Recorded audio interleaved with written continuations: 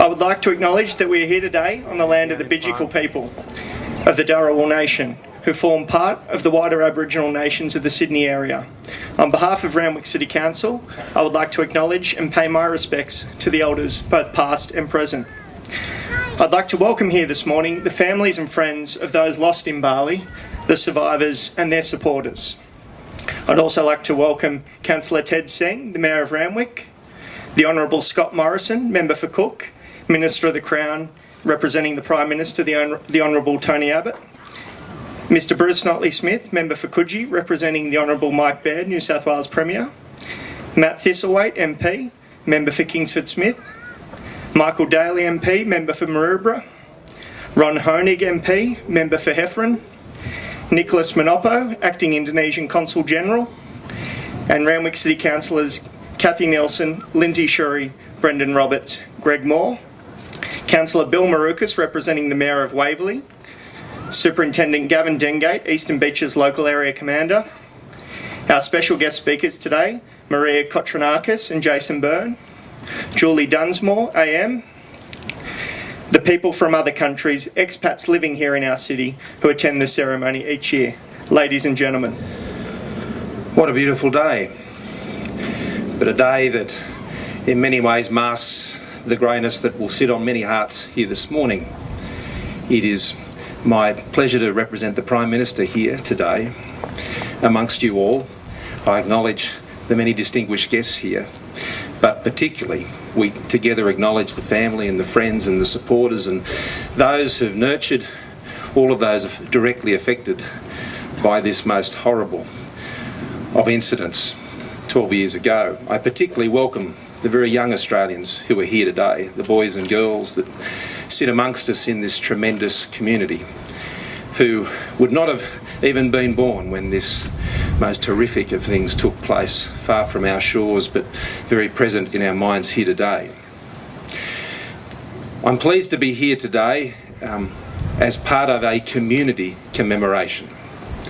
As we think of the 22 lives that were lost specifically here from this community, this commemoration here today has taken on over the years an even more significant role in Australia's national life.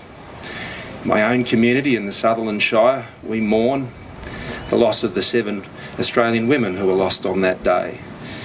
There are fellas here from the Forbes Rugby Club, and they've come here today from other parts of New South Wales. There are people from all over the country, I'm sure, are here today. But it's appropriate that this is done in a local community commemoration, because it is the sense of local loss, the local lives that no longer walk amongst us. We mourn their loss, but we also mourn the loss of a life that hasn't been lived for those past 12 years. And we reflect on that here this morning in this bright sunshine, in this most beautiful places of reflection. And what is our response? Our response, I think, is to live the life of peace, to live the life that they had taken from them, to live a life that reaches out to others as they did, to live a life of celebration of this wonderful country in which we live and the values which it represents, values of tolerance, values of community, values of respect, values of looking out for your mates and remembering the mates who are no longer with us. So this is a very important day. We cannot let days like this pass us, particularly in the times in which we face today, when we're so terribly reminded that the things that presented so horribly to us 12 years ago are still out there. But as Australians, we respond to that with the resilience that those who lost people so directly have displayed every single day since that terrible event took place. That's what gives us all hope. That's what gives us all strength. As I met some of the families this morning, I looked into the eyes of hope, of resilience, of strength, of character. And we thank you for that as fellow Australians. And we join today as fellow Australians or fellow Coogee-siders or New South Wales men and women, but mostly as Australians, who love this country and deeply love those who we lost. We remember them today. Good morning, everyone. As Mayor of Randwick, I'm extremely honoured to welcome you all to beautiful Dolphins Point, Coogee, and the Bali Memorial. I would also like to pay my respects to the traditional owners of this land and the elders, past and present. For me, it's hard to believe that it has been 12 years since the Bali tragedy. How quickly time has passed. For you, the families, and the courageous survivors, and for many Australians, it has no doubt been 12 of the hardest, most painful years you will ever experience. We lost 88 of our fellow Australians. The lives of their families changed forever. I am also deeply honoured to welcome the survivors of this tragedy and their close network of supporters, all of whom have shouldered much grief over the past 12 years.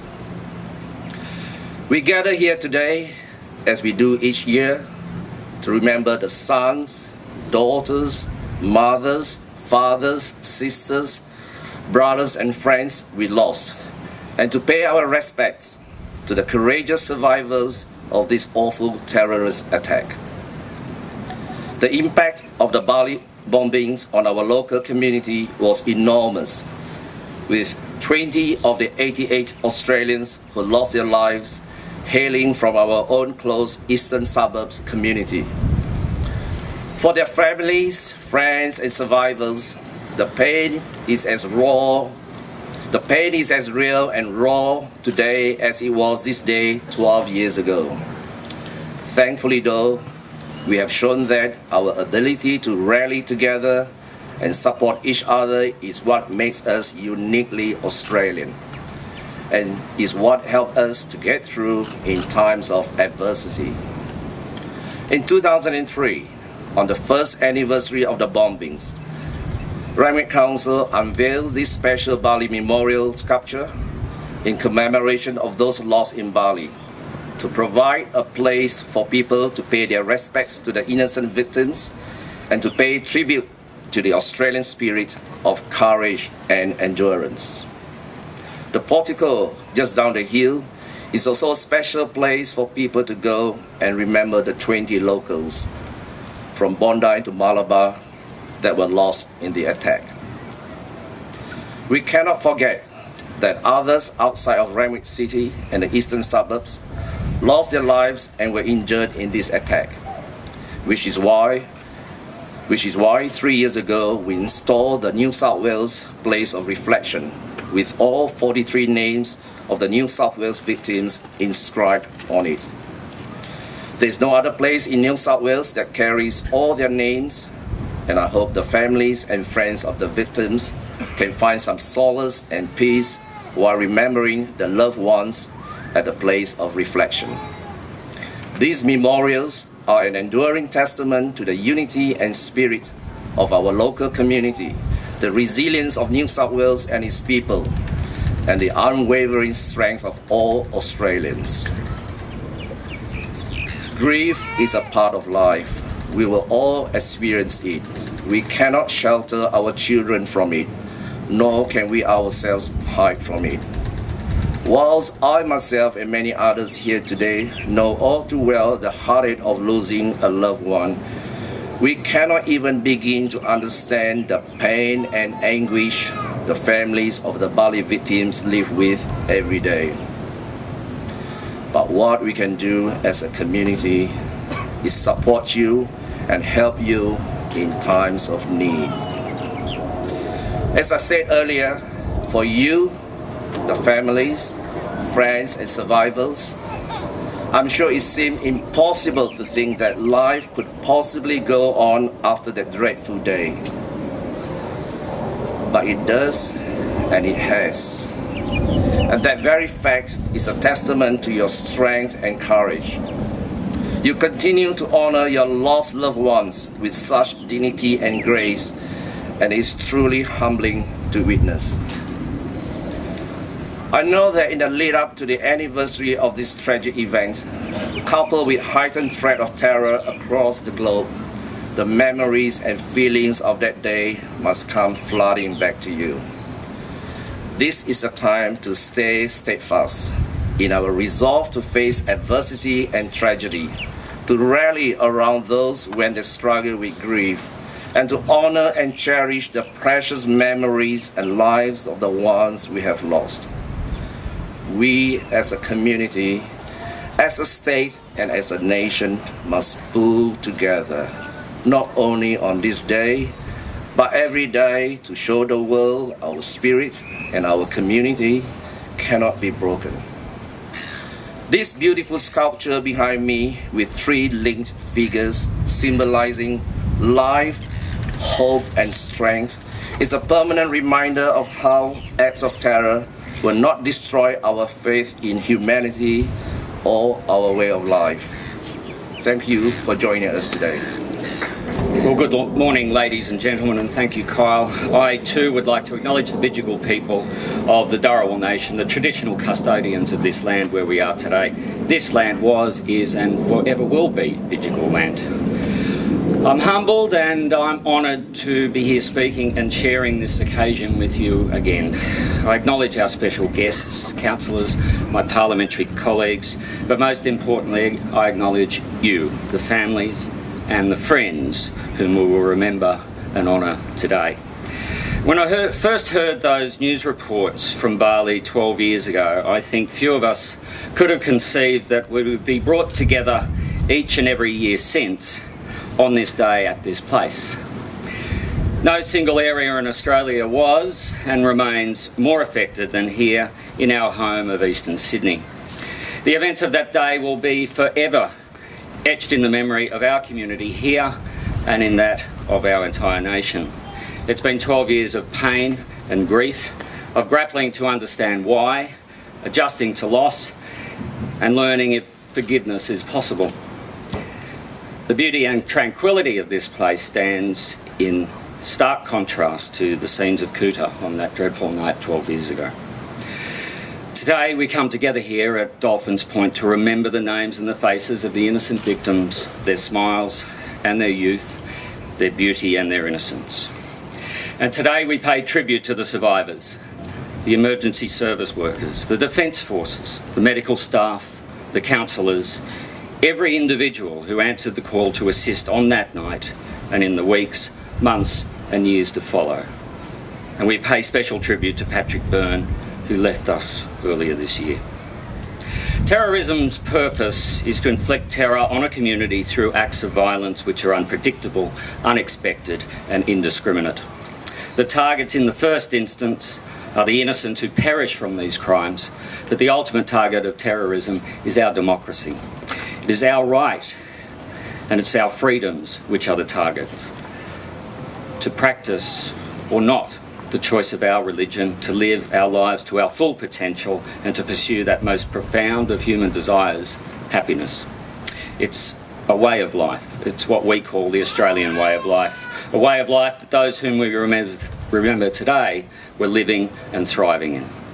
12 years ago, fanatics and zealots cast the first stone in their conspiracy to break our nation's spirit. They caused so much destruction and pain, but they have failed. And those who seek to follow them and imitate their actions will fail too. Their deeds have galvanised our nation. We're now a stronger and a more resilient nation than we were 12 years ago. As John Howard said in Parliament immediately following the Bali attacks, the things that unite us as Australians are infinitely greater and much more than the things that divide us. Today, thousands of people across the world will join together, just like we have here, to remember the victims of the many nations who perished in the attacks. Whilst we lost more than any other nation on that day, let us also remember the many other victims, 38 of whom were from Indonesia, and spare a thought for their families. It's a mark of the great respect of our two nations have for each other that the acting Indonesian Consul General, Mr. Nicholas Manopo, is here with us today. More than ever, we are united, we are defiant, and we will always remember. We will never forget. Dignitaries, family, guests, welcome. This is my story. 12 years ago tonight, both my sisters, Elizabeth Kotranakis and Dibby, my twin, were killed. The three of us were from a loving family. All we needed was each other and our parents. Anyone was an added bonus. We were away in Bali together as a holiday, along with Louisa Zervos, 33, and Christine Batmalik, 29. I remember clearly that day what we were doing. We were sitting by the pool, drinking our cocktails, talking about our next trip the following year back to Bali. That night, during dinner, I got a migraine, so I decided not to go out with the girls. Instead, I said to them to have a great night. I kissed them all goodbye. And I left them.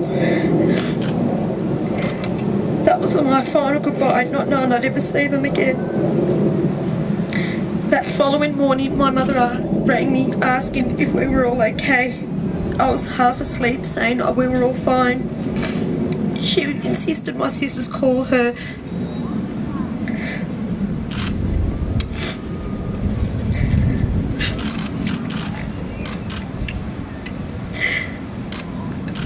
I waited for 2 hours until I could actually find something out about him. There was nothing I could do.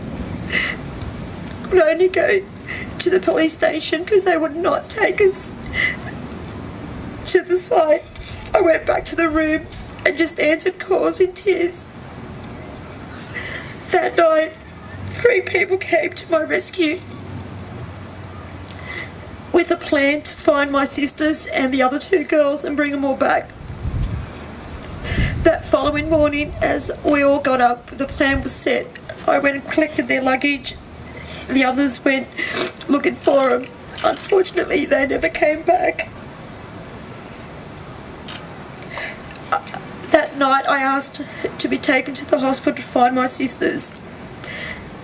I went to the hospital and was told there was no Westerners around. They had all been flown out of the country. I called my mother, telling her to get ready for the funerals because there's no way that they were coming back. Elizabeth was ID'd on the Friday the 25th of October through dental. My twin sister was ID'd 12th of November through DNA. They were both gone forever. Losing both my sisters just broke me and my heart forever. For many years I have dealt with the pain by putting a mask on, not crying in front of anyone, especially my parents. I just kept on going as I would. 9 years later, I decided it was time that I got some counselling.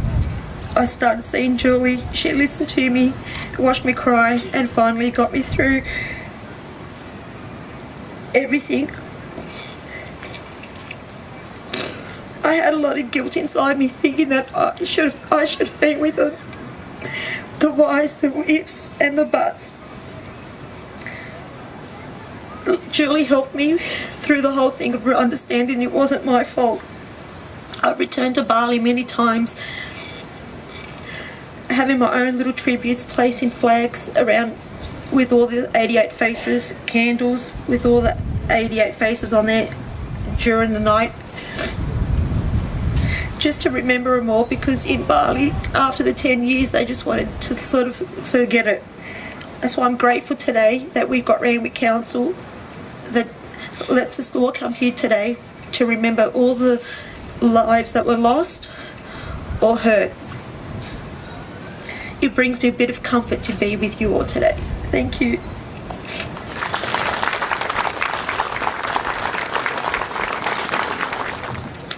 Morning everybody. My name's Jason and I'm here today to honour my brother Patrick.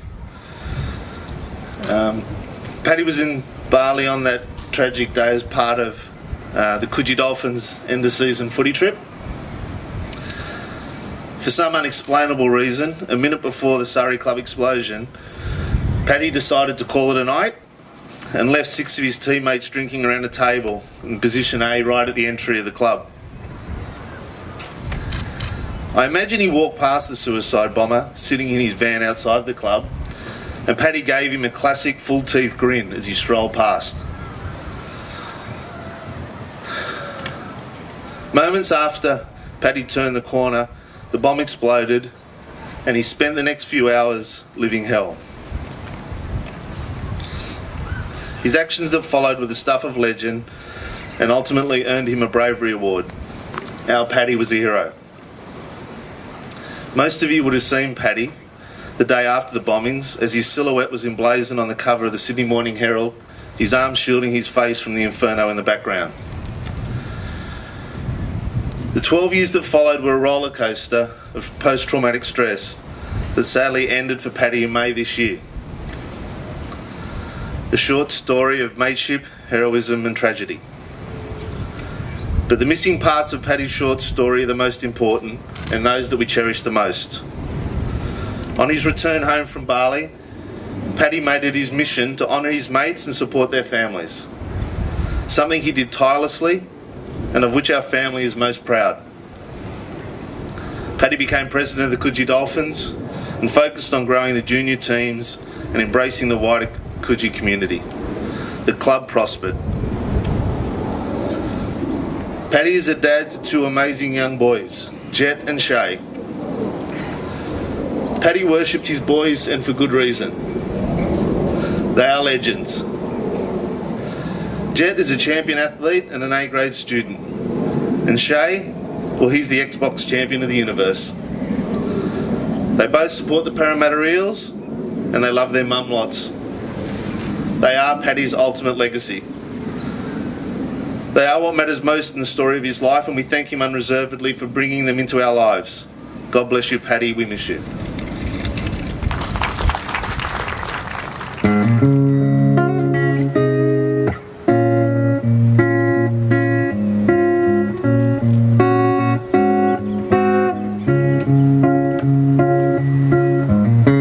Would you know my name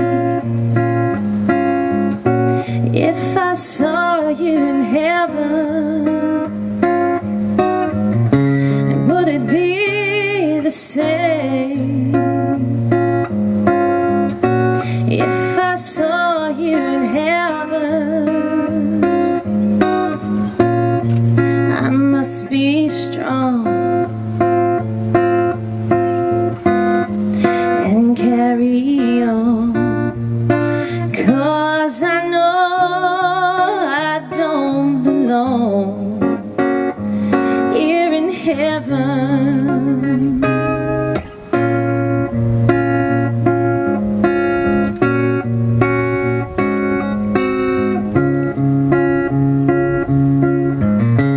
Would you hold my hand if I saw you in heaven? And would you help me stand if I saw you in heaven? I'll find my way through night and day, 'cause I know I just can't stay here in heaven.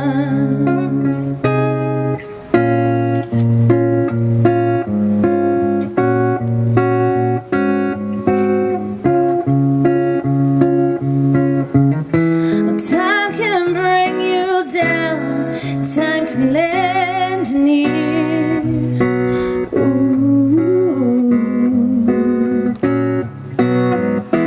Time can break your heart, have you beg and plead.